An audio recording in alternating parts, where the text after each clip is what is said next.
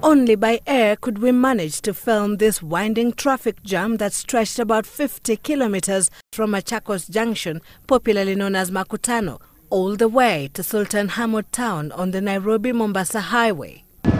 Granted, our captain has had to slow down a little bit to allow us to film this extraordinary snarl-up.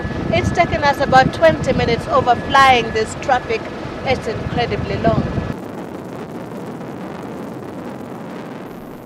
The shocking sight barely expressing the agony and the despair of motorists stranded for nearly 2 days below.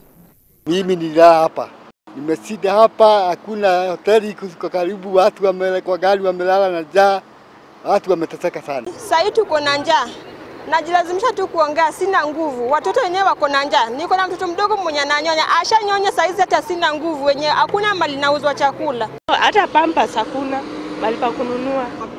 Tulikuwa tunatoka Mombasa kwenda Kisumu.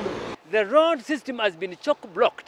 Vehicles stranded. People coming from the port, bringing new cars. People who are sick being taken to the hospital. Less than 5 kilometers away from Salama town was the epicenter of the gridlock.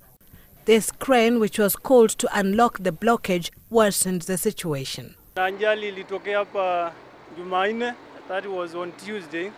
Hii lori ambayo mnaiona hapa nyuma yangu iliweza kuanguka, na kunako siku ya Alhamisi ndio hii crane ilikuja kuinua hii container, na wakati ilikuja ikijaribu kuinua nayo ikapata ajali.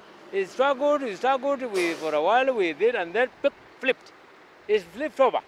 So there was another need for another crane or cranes. So 2 cranes had to come. This is one of Kenya's busiest highways, on which hundreds of trucks bearing goods coming from or destined for different parts of the Eastern and Central Africa region ply. Mimi natoka Kampala naenda Mombasa sasa hivi. Kutoka Kampala mpaka Mombasa tunachukua siku 2. Huwa kuchelewa sana siku 2.5, 3 huwa umefika. Lakini sasa leo mtu anachukua karibu siku 4. Some who tried to beat the traffic jam by venturing off-road ended up in an even more difficult situation. The heavy rains pounding the area adding to the anxiety of motorists, fearing bridges may be cut off, as has happened on various feeder roads here in Sultan Hamoud and in other parts of the country. Traffic police falling under the different jurisdictions of Machakos and Makueni counties camped on the road to ensure a smooth flow, albeit at a snail's pace.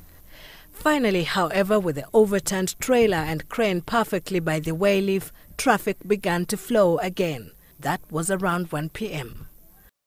Although difficult to quantify, it is estimated that hundreds of millions of shillings may have been lost during the 36-hour gridlock, including fuel and operational costs, as well as man-hours that could have been spent on gainful activities.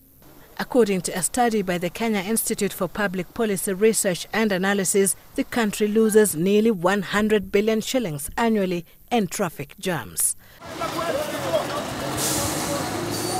Sylvia Chebet, Citizen Weekend.